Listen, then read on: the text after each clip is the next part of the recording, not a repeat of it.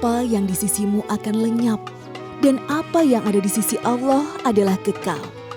Dan sesungguhnya kami akan memberi balasan kepada orang-orang yang sabar dengan pahala yang lebih baik dari apa yang telah mereka kerjakan.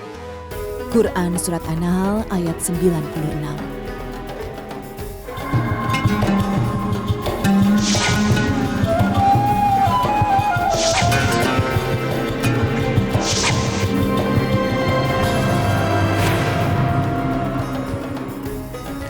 Assalamualaikum warahmatullahi wabarakatuh. Selamat pagi pemirsa Tawakal yang dirahmati Allah Subhanahu wa taala. Senang sekali saya Farid Hasan kembali menjumpai Anda. Dan pemirsa, di video tadi yang sudah kita lihat bersama-sama itu adalah salah satu kisah hidup dari narasumber kami yang alhamdulillah sudah hadir bersama kami di studio dengan Mas Hilman. Assalamualaikum Mas Hilman. Selamat pagi, Pak. Ya, selamat pagi. Terima kasih sudah hadir bersama kami di Tawakal. Ya. Baik pemirsa, selain Mas Hilman juga sudah hadir di studio bersama kami Bapak Ustadz Ngatawi Al-Zasro. Assalamualaikum Pak Ustadz. Waalaikumsalam warahmatullahi wabarakatuh. Ya. Mas Farid. Gimana Pak Ustadz, sehat? Alhamdulillah sehat-sehat. Alhamdulillah. Terima kasih Pak Ustadz sudah menyempatkan waktu di Tawakal. Ya.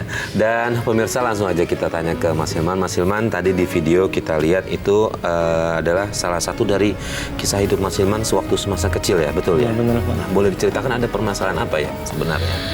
Ya, bermula dari kisah ibu dan ayah saya. Dulu pernikahan ibu dan ayah saya itu tidak direstui orang tuanya. Karena orang tua siapa yang tidak merestui? orang tua dari ibu saya. Orang tua dari ibu. Karena orang tua ibu saya itu dari keluarga yang mampu. Sementara ayah tidak? Ayah tidak. Dan ketika ibu saya ketemu dengan ayah, ibu tetap tidak direstui hubungannya sama orang tua saya. Lalu kemudian sampai akhirnya menikah, dengar ceritanya apa? Keputusannya apa? Hampir tetap, maksudnya ibu tetap memilih ayah gitu? Ya, karena ibu tetap bersikeras untuk memilih ayah. Dan dalam kehidupan ibu pun, ibu sangat diuji oleh Allah. Ujiannya seperti apa? Ternyata ayah orangnya tidak bertanggung jawab. Tidak bertanggung jawabnya itu seperti apa? Dia suka menghabiskan uang untuk foya-foya, untuk judi, dan main perempuan. Bahkan coba tarik nafas dulu, masnya coba istighfar dulu. Bahkan ibu hampir ingin dibunuh oleh ayah. Astagfirullahaladzim, gara-gara apa? Jadi waktu itu ayah pulang ke rumah untuk meminta uang kepada ibu dengan niat untuk kawin lagi. Oke, terus? Sudah pasti ibu tidak mau. Dan ibu tidak memberikan. Lalu ayah masuk ke rumah, ambil sebilah pisau untuk membunuh ibu. Tadi sih IPA, IPS sama IPK mah bagus. Iya bagus. Bapak mau cari apa? Mana pesan kamu? Mana duit simpanan kamu? Sini. Buat apa Pak? Udah jangan banyak bicara. Saya butuh duit. Duit kita udah habis Pak. Dipakai kebutuhan sehari-hari. Dengar, hari ini saya mau nikah. Mana duitnya? Maksud Bapak? Bapak mau nikah lagi? Kenapa? Protes? Mana duitnya? Mana? Udah ada. Berisikan kau dorong suami kamu.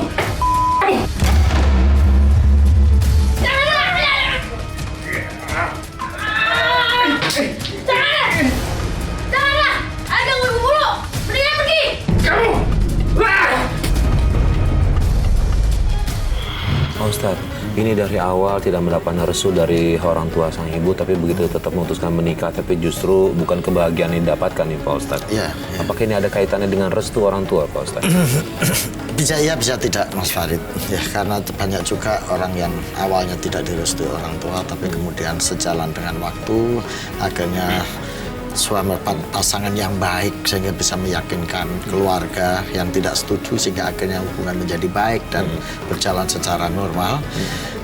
Artinya restu bukan menjadi faktor utama yang menyebabkan terjadinya hal-hal seperti ini. Yang terpenting menurut saya ini adalah tetap menjadi faktor karakter individu dari si ayah ini, gitu ya.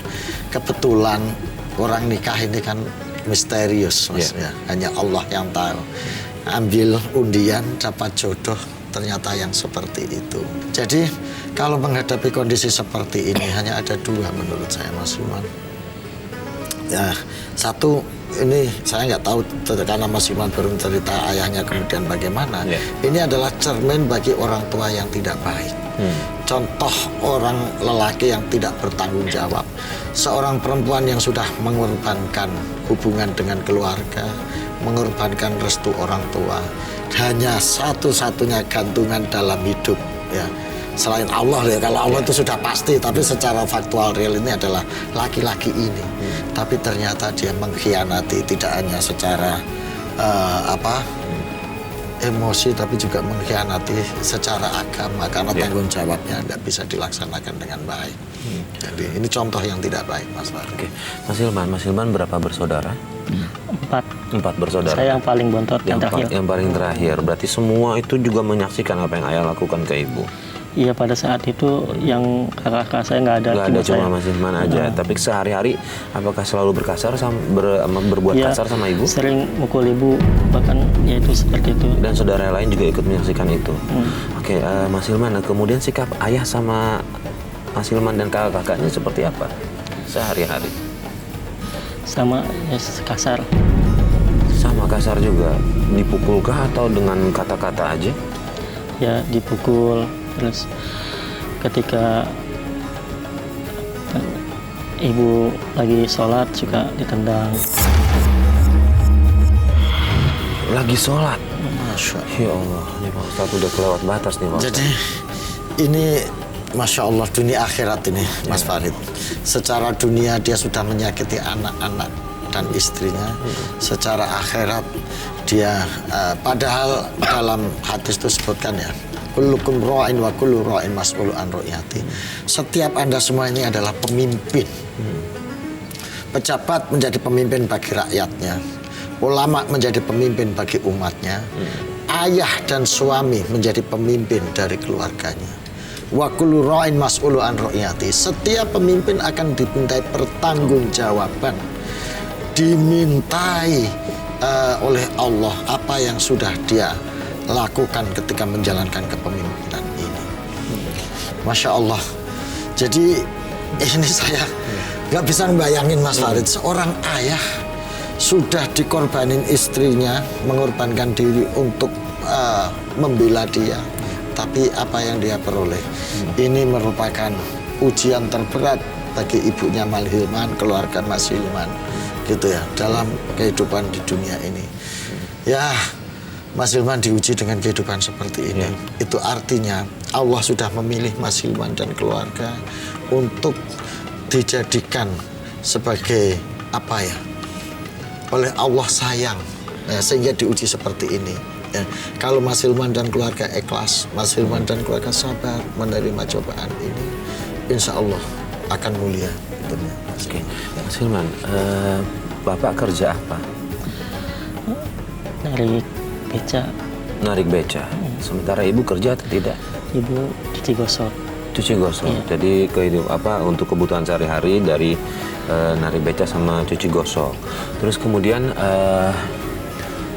Bapak mohon maaf kasih nafkahnya semua ke keluarga atau Bapak aja sendiri, ibu-ibu sendiri gitu?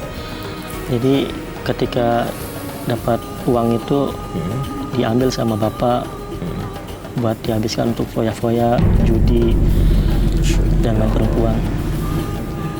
Ini udah istrinya ikut membantu memenuhi kebutuhan rumah tangga, tapi justru diambil uangnya dan dinikmati sendiri nih. Sementara anak ada 4. Saya yang justru ingin tahu bagaimana ketika hubungan ini dengan keluarga. Apakah sudah terputus sama sekali dengan keluarga dari ibu karena tidak direstui itu? Sudah terputus, nggak ada kontak. Bahkan Mas Hilman sendiri nggak pernah kontak dengan nenek, om atau tante dari Tidak, keluarga Ustaz. Bapak? Tidak sama sekali. Berarti sudah betul-betul lepas sendiri gitu ya.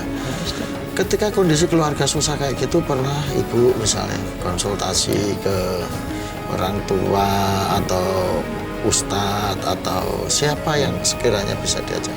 Pernah? Nggak pernah Pak? Pernah Pak Ustaz. Jadi Tidak ada. semua ditelan sendiri. Ditelan sendiri sama orang tua saya, ibu saya. Sama ibu ditelan sendiri. Sampai Sampai kapan? sampai kena penyakit tumor rahim itu 8 tahun. 8 tahun nggak sadar terkena penyakit tumor yang makin parah. Terus biayanya gimana itu? Pada waktu itu nggak ada biaya, jadi makin parah. Lagi saya dengar katanya juga nggak cuma itu, katanya mohon maaf, kakaknya Mas Hilman ada yang mengalami kebutuhan khusus ya, Iya. berkebutuhan khusus ya, nggak bisa ingat gitu, maksudnya nggak Iya, depresi, depresi, kadang suka ngamuk. kadang suka ngamuk, Iya, jadi kayak orang nggak sadar diri nggak begitu. sadar. Itu kapan dia mulai kayak begitu? Sejak kapan? Semenjak ayah meninggal, Oh, ayahnya udah meninggal. mm, Oke. semenjak saya kelas 2 SMP, itu ayah sakit sampai 2 tahun, lalu meninggal. Yang merawat siapa selama 2 tahun? Yang 2 tahun saya, Mas Hilman, sama ibu juga? iya. Iya, dirawat. Oke, Pak Ustadz, ini sungguh mulia nih Mas Hilman sama Mas ibunya Hilman, sudah begitu luar disakitin, biasa. tapi ketika bapaknya sakit, dirawat nih Pak Ustadz. Jadi Mas Hilman harus diyakini bahwa Allah sudah memilih Mas Hilman untuk memilih ujian ini. Ini sakit, ini sangat menderita. Tidak semua orang dipilih Allah untuk menjalani hidup sepahit dan sesusah ini. Jadi kalau Mas Hilman harus memandangnya dibalik, supaya Mas Hilman tetap ada rasa syukur, optimisme. Jangan sampai Mas Hilman pernah berpikiran bahwa hidup saya sengsara, hidup saya seperti ini, apakah Tuhan tidak sayang kepada saya? Jangan seperti itu Mas Hilman. Wujud kasih sayang Allah, wujud rahman rahimnya Allah itu bisa dalam berbagai bentuk, termasuk dalam bentuk ujian penderitaan hidup yang dialami oleh Mas Hilman. Ini adalah bagian dari ujian hidup Mas Hilman. Kalau Mas Hilman memahami bahwa penderitaan, kesulitan, dan berbagai macam kepahitan hidup ini sebagai ujian dari Allah, maka Mas Hilman insya Allah akan menerima ini dengan lapang dada. Gitu. Walanabluwannakum bisyai'in minal khaufi wal ju'i wa naqsim minal amwal was samar. Setiap orang akan diuji oleh Allah. Ujian itu ada yang berupa penderitaan dan kepahitan hidup. Tapi yakin Mas Hilman bahwa Allah menguji hambanya itu sudah diukur. La yukallifullahu nafsan illa wus'aha laha maka sabat su'alaha maktasabat. Allah tahu Mas Hilman akan sanggup menerima ujian ini, maka ini diberikan kepada Mas Hilman. Ya. Jadi luar biasa sudah mengabdi kepada orang tua, merawat ibu, merawat bapak yang sudah menyakiti Mas Hilman. Ya, ini insya Allah jadi amal soleh Mas Hilman. Ini insya Allah jadi jalan penerang bagi Mas Hilman dunia dan akhirat. Mas Hilman ikhlas ya? Iya. Pak Ustadz, apa yang harus dilakukan Mas Hilman ini sendiri Pak Ustadz? Dia tahu ayahnya, mohon maaf, mungkin banyak menyakiti keluarga, artinya mungkin tabungan dosanya banyak nih Pak Ustadz. Ketika meninggal kan kita seorang anak tetap harus mendoakan orang tua ya Pak Ustadz ya. Apa yang harus dilakukan sama Mas Hilman ya Pak Ustadz? Mas Hilman Untuk bisa menyelamatkan ayah. tetap harus berbakti pada orang tua. Ya, saya tahu mungkin Mas Hilman punya dendam, Mas Hilman punya perasaan sakit hati kepada ayah yang sudah menyia-nyiakan itu. Tapi ingat Mas Hilman, tugas anak bagaimanapun harus tetap berbakti dan berbuat baik pada orang tua. Kalau Mas Hilman dendam kepada orang tua, nggak ada satupun manfaat yang bisa beroleh Mas Hilman. Sudah sakit hati, sudah menderita, nggak dapat apa-apa dunia akhirat. Kan gitu Mas Farid ya. Tapi kalau Mas Hilman ikhlas, tetap mendoakan orang tua, insya Allah nanti akhiratnya Mas Hilman dapat. Karena orang tua itu yang diharap-harapkan sudah meninggal itu cuma 3 hal, Mas Hilman. Idza mata ibnu Adam in qata'a amaluhu illa min salasin. Ketika anak Adam meninggal, seluruh amal perbuatannya terputus. Yang dulunya bisa sholat jadi nggak sholat, yang dulunya bisa zakat jadi nggak zakat, terputus semuanya. Kecuali 3 hal. Ilmu manfaat, sedekah jariah, yang ketiga ini yang penting. Wa waladun sholihun yad'ulah. Putra-putri yang soleh yang senantiasa mendoakan orang tuanya. Jadi, Mas Hilman, doakan ayahnya yang sudah meninggal, ya. Nah ini dengan doa Mas Hilman, insya Allah akan mengampuni dosa orang tua, meskipun sejahat apapun orang tua. Yang kedua, ini menjadi wujud amal soleh, amal baik Mas Hilman kepada orang tua. Gitu Mas Hilman ya. Ya. Baik, Mas Hilman, tadi ceritain soal kakaknya katanya sakit ya. Itu penyebab sakitnya apa ya? Boleh tahu nggak? Selain tadi depresi ada yang lain nggak? Awalnya ingin balas dendam. Balas dendam kepada? Ya, balas dendam sama yang gituin almarhum ayah. Oh, maksudnya almarhum ayah tuh meninggal gara-gara apa? Digituin ilmu santet gitu sama komandannya dulu. Oh ya? Terus dia belajar ilmu hitam itu buat membalas dendam? Iya. Terus dia sampai sakit karena apa? Nggak kuat? Nggak kuat, tanpa guru dia belajar. Tanpa guru, dia pakai apa belajarnya? Dengan apa? Lihat dari buku-buku itu dibaca, terus kemudian kumat, jadi ngamuk, ronta-ronta.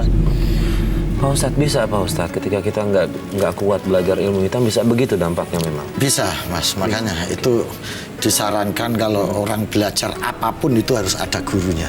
Kalau dalam ilmu tasawuf kan dibilang barang siapa yang belajar ilmu tanpa guru maka gurunya adalah setan. Pengertiannya ini setan itu bisa benar-benar setan yang mempengaruhi kondisi kejiwaannya, bisa juga karena pengaruh emosinya. Gitu, emosinya nggak berpilihan, nggak ada yang ngarahkan. Gitu. Nah akhirnya itulah makanya di dalam pemikiran-pemikiran tasawuf dan dalam ajaran-ajaran Islam berguru itu menjadi sangat penting. Karena di samping untuk memberikan guidance secara keilmuan juga untuk memberikan bimbingan secara spiritual dan emosional. Gitu. Ini bahaya berguru itu. Gitu. Makanya kalau kakaknya Mas Hilman ini ya kemudian mencoba-coba sendiri, belajar sendiri. Ada 2 hal yang mempengaruhi kalau saya lihat di sini. Hal pertama kondisi psikologisnya, karena dia lagi keluarga kayak begitu, ngadepi orang tua, ada unsur dorongan emosi yang berlebihan. Dalam kondisi seperti ini biasanya orang belajar tidak baik. Perlu ditenangin dulu, ditata niatnya, ditata hatinya, gitu. Sudah kayak begini tidak ada guru lagi, sehingga lebih menonjolkan dorongan-dorongan emosi, nafsu amarah, gitu. Yang ini gampang dimasukin setan, gitu ya. Sehingga ketika dia mempelajari ilmu-ilmu yang sifatnya spiritual itu bisa mudah tergelincir dalam suasana seperti itu. Baik, kemudian ada nggak perilaku dari kakak yang bisa maksudnya menyakiti saudaranya atau ibu gitu? Ada, itu terhadap adiknya yang perempuan yang nomor 3. Nomor 3, apa yang dia lakukan? Ketika lagi bantuin anak ngaji di rumah, itu dia minta rokok, terus nggak dikasih, langsung ditimpa pakai asbak. Kalau tadi kan ke adiknya ya, kakaknya ngelakuin itu ya. Ada nggak ke keluarga yang lain atau ibu gitu melakukan kekerasan juga? Ada. Apa yang dia lakukan sama ibu? Kakak saya yang stres itu yang nomor pertama. Itu ketika ibu lagi sholat, dia langsung nendang, minta rokok. Ya. Langsung nendang? Iya. Ya Allah, ini sama apa yang dilakukan sama ayahnya Mas Hilman yang tadi sama itu ya? sama kakak saya tuh. Cuma gara-gara minta rokok? Minta rokok. Terus mohon maaf kan, bagian apa yang ditendang? Bagian perutnya sampai penyakit tumor tuh sampai pecah. Kemudian dibawa lari ke rumah sakit untuk di ICU. Nah ketika mau di ICU, keburu meninggal duluan.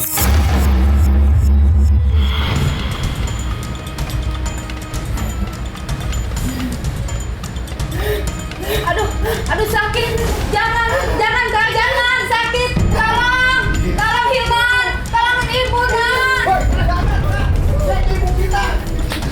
Jangan Hilman, jangan, gini juga kakak kamu. bahaya, Bu. Kasihan. Dia lagi sakit, Hilman. Jangan dekat dia, Bu. Jangan dekat dia, Bu.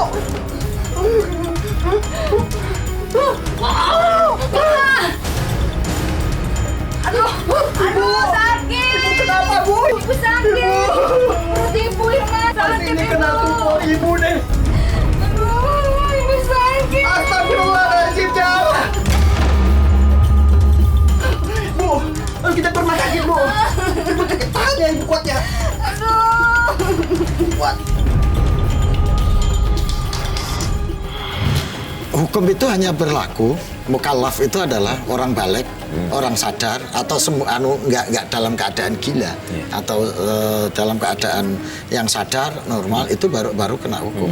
Kalau dia melakukan itu di bawah kendali kesadaran, ya itu berarti nggak kena hukum, Mas, gitu loh.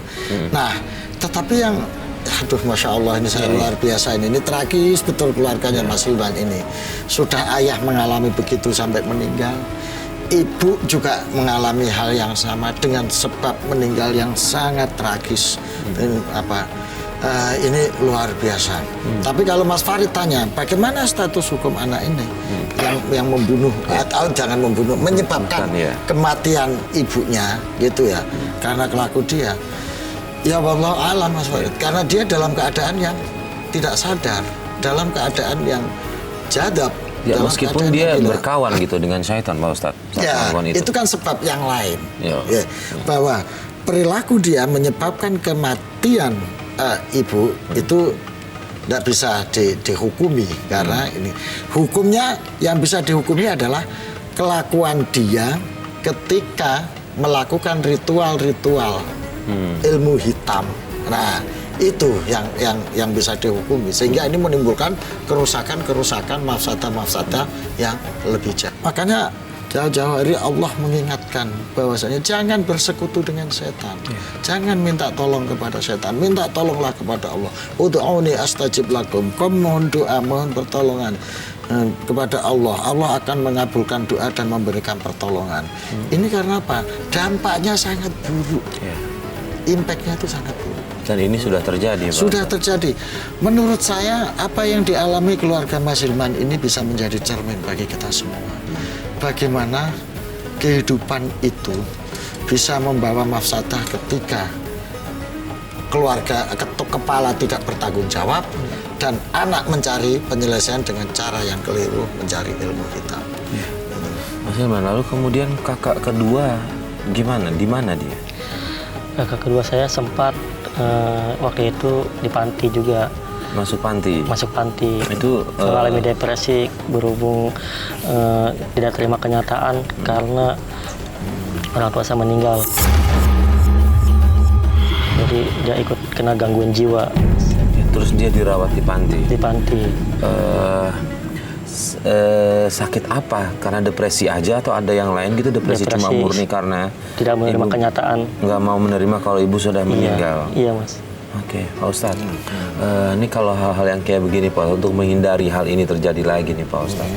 Ketika kita tahu di keluarga ada musibah, apa yang harus kita lakukan nih, Pak Ustadz? Yang pertama, menghadapi hal seperti ini, kita minta tolong kepada lembaga-lembaga yang berhak. Misalnya di negara itu kan ada panti sosial. Itu negara punya tanggung jawab, punya hak untuk melindungi rakyatnya, menolong masyarakatnya menghadapi kondisi-kondisi yang seperti ini. Jadi mestinya lapor kepada aparat negara untuk minta pertolongan. Ini secara formalnya, karena negara yang diamanati untuk ngurus rakyat. Yang kedua, ini kondisinya Mas Hilman ini juga menjadi tanggung jawab tetangga secara muslim. Kamu jadi tanggung jawab tetangga, Pak? Oh iya, Mas. La yu'minu ahadukum hatta yuhibbu li akhihi kama yuhibbu li nafsihi. Tidak dibilang iman seseorang yang tidak menyintai saudaranya sesama muslim sebagaimana dia menyintai dirinya sendiri. Yang kedua, tidak akan masuk surga seorang tetangga yang tidak peduli pada kesulitan dan kesusahan tetangganya. Ini yang kita maksud. Jadi Nabi pernah mengatakan seperti itu. Jadi tetangga yang berbuat jahat kepada tetangga, tidak peduli kepada tetangga, itu tidak akan dianggap menjadi umatnya Nabi Muhammad. Maka tetangga ini juga berkewajiban untuk meringankan beban penderitaan dari orang-orang seperti Mas Hilman ini. Jadi mestinya Mas Hilman bisa minta tolong ketua RT, ketua RW sebagai orang terdekat, representasi dari negara. Yang kedua bisa minta tolong tetangga atau tokoh masyarakat di situ untuk sekedar konsultasi, minta jalan keluar, supaya tidak terpeleset lagi ke jalan-jalan yang tidak diridhoi oleh Allah Subhanahu wa Ta'ala. Nah, Mas Hilman, kakak yang pertama sama kakak yang kedua tinggalnya di mana sekarang? Tadinya di panti. Oh, yang pertama juga akhirnya dikirim ke panti juga. Sekarang pihak panti menolak untuk dikembalikan ke sana karena masih ada saudara. Jadi pihak panti nggak menerima. Oh, karena masih ada saudara, jadi pihak pantinya nggak nerima. Iya, betul, Mas. Oke. Sebetulnya kalau alasannya itu nggak kurang tepat, Mas. Mas kan. Jadi ini mohon maaf saya nggak tahu pantinya ini panti swasta apa panti negara. Kalau memang pantinya panti swasta mungkin ya karena keterbatasan fasilitas, keterbatasan peralatan, apalagi saudara Mas Hilman ini ada berkebutuhan khusus. Jadi dibalikkan keluarga itu harus dilihat, Mas. Kalau keluarganya mampu bisa dibalikkan ke keluarga. Tapi kalau keluarganya nggak mampu, maka panti masih harus bisa menerima ini. Terutama panti yang negara, yang negara. Meskipun punya keluarga dan keluarganya mampu, tapi kalau keluarganya tidak mau menerima, ini juga nggak bisa dipaksain, gitu loh. Soal dosa urusan dia sama Allah. Tapi panti tetap harus punya tanggung jawab untuk tidak memaksakan itu. Apalagi kondisinya nggak mampu, maka ini mestinya masih menjadi tanggung jawab. Dan negara di sini, Pak Imam, pemimpin, pejabat punya tanggung jawab untuk membuat kemaslahatan keluarganya Mas Hilman ini. Tasarruful imam ala ra'iyah manutun bil maslahah. Kebijakan seorang pemimpin, seorang pejabat itu harus kemaslahatan. Apa yang diderita Mas Hilman, negara perlu datang untuk menyelesaikan, membantu. Nah, kemudian Mas Hilman mereka tinggal sama Mas Hilman. Mas Hilman sudah menikah? Sudah, Mas. Sudah punya anak? Belum. Belum. Bekerja di mana? Sehari-hari saya ngojek, Mas. Sehari-hari ngojek. Nah, dengan kondisi seperti itu, Mas Hilman tinggalnya di mana? Di Jelambar. Nggak, maksudnya di rumah? Rumah sendiri atau ngontrak? Ngontrak. Ngontrak. Kakak semua di situ berarti? Iya. Nah, istrinya Mas Hilman gimana sikapnya ngelihat Mas Hilman ngerawat kakak Mas Hilman? Istri sih sebenarnya menerima. Cuma saya kasihan, penghasilan saya nggak seberapa, sedangkan saya untuk bayar kontrakan dan harus merawat kakak saya juga. Saya dengar katanya sempat diusir ya sama tetangga ya? Iya, itu karena waktu apa? itu kumat, terus kata tetangga sana pergi, pindah, karena pada waktu itu kakak saya berbuat gaduh.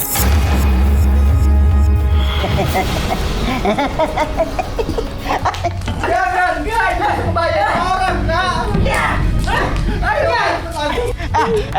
Liar.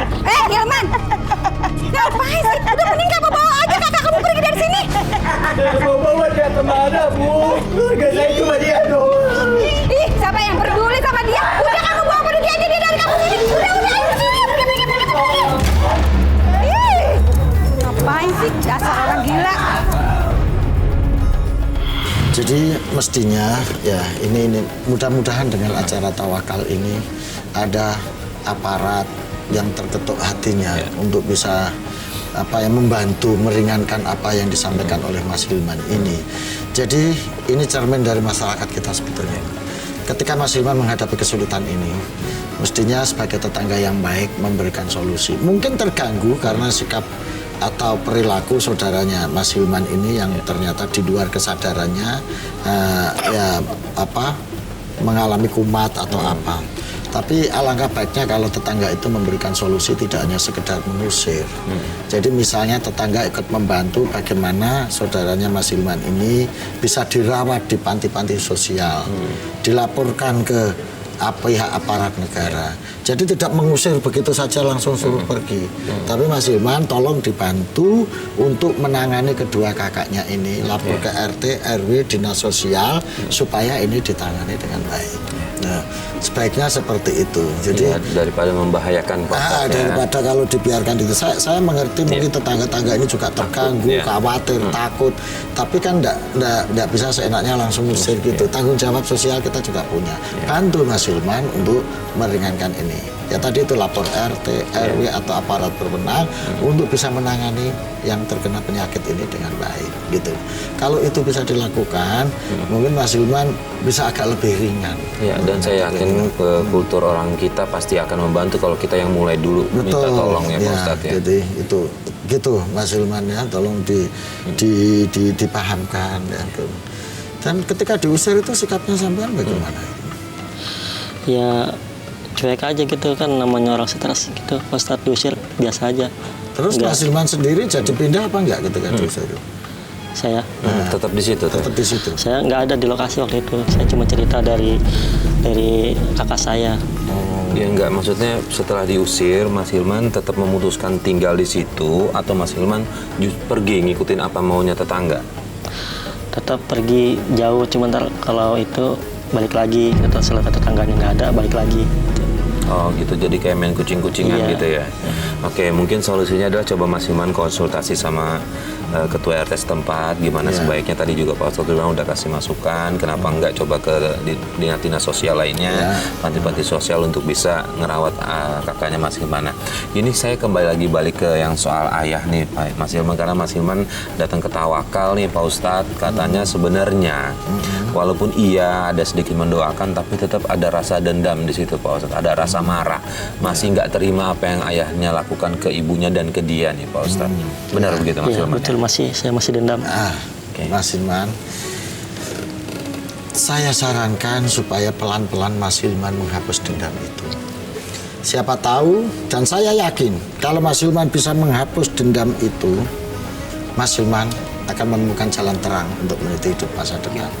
Karena siapa tahu bahwa dendam Mas Hilman, sakit hati Mas Hilman itu justru yang menjadi hijab untuk menjadi turunnya rahmat kepada Mas Hilman dan keluarga. Sehingga Mas Hilman sudah hidup susah, capek, menderita, tetapi terus nggak ada rahmat. Maka saya sarankan, hapuskan dendam, maafkan kesalahan orang tua, doakan dia baik-baik. Saya yakin dengan keikhlasan Mas Hilman, dengan penerimaan maaf Mas Hilman, dengan doa yang baik Mas Hilman kepada orang tua, Mas Hilman hatinya jadi bersih, sehingga tidak lagi memiliki beban masa lalu, dan ini bisa menjadi sarana turunnya rahmat. Amin. Mudah-mudahan dengan menghilangkannya dendam, dengan berdoa yang baik, ini pelan-pelan mulai terbuka jalan hidup Mas Hilman menjadi lebih baik. Istighfar setiap saat, lakukan sholat dengan khusyuk. Setiap habis sholat baca surat Ikhlas 11 kali. Setelah itu berdoa kepada Allah. Pakai bahasa Indonesia nggak apa-apa. Kalau susah ngapalin doa pakai bahasa Arab. Ya Allah, ampuni kedua orang tuaku, maafkan kesalahan yang sudah diberikan. Saya ikhlas menerima ujian dan cobaan, tapi angkat beban derita ini dari kami ya Allah. Itu secara tulus. Doa itu juga bisa termasuk untuk kedua kakaknya Pak Ustadz? Kedua kakaknya tadi? Iya, yang saya pengen berharap sembuh segala macam. Mu'awadaten itu. Jadi baca surat Mu'awadaten itu, Qul a'udzu birabbil falaq, Qul a'udzu birabbin nas, setiap kali. Nah, setiap habis sholat bacain Fatihah kedua-duanya. Ila hadrati, sebut namanya siapa? Al-Fatihah. Setelah itu ila hadrati yang kedua, sebut namanya Al-Fatihah. Habis itu mohon kepada Allah. Nah, mudah-mudahan diberi kesembuhan. Amin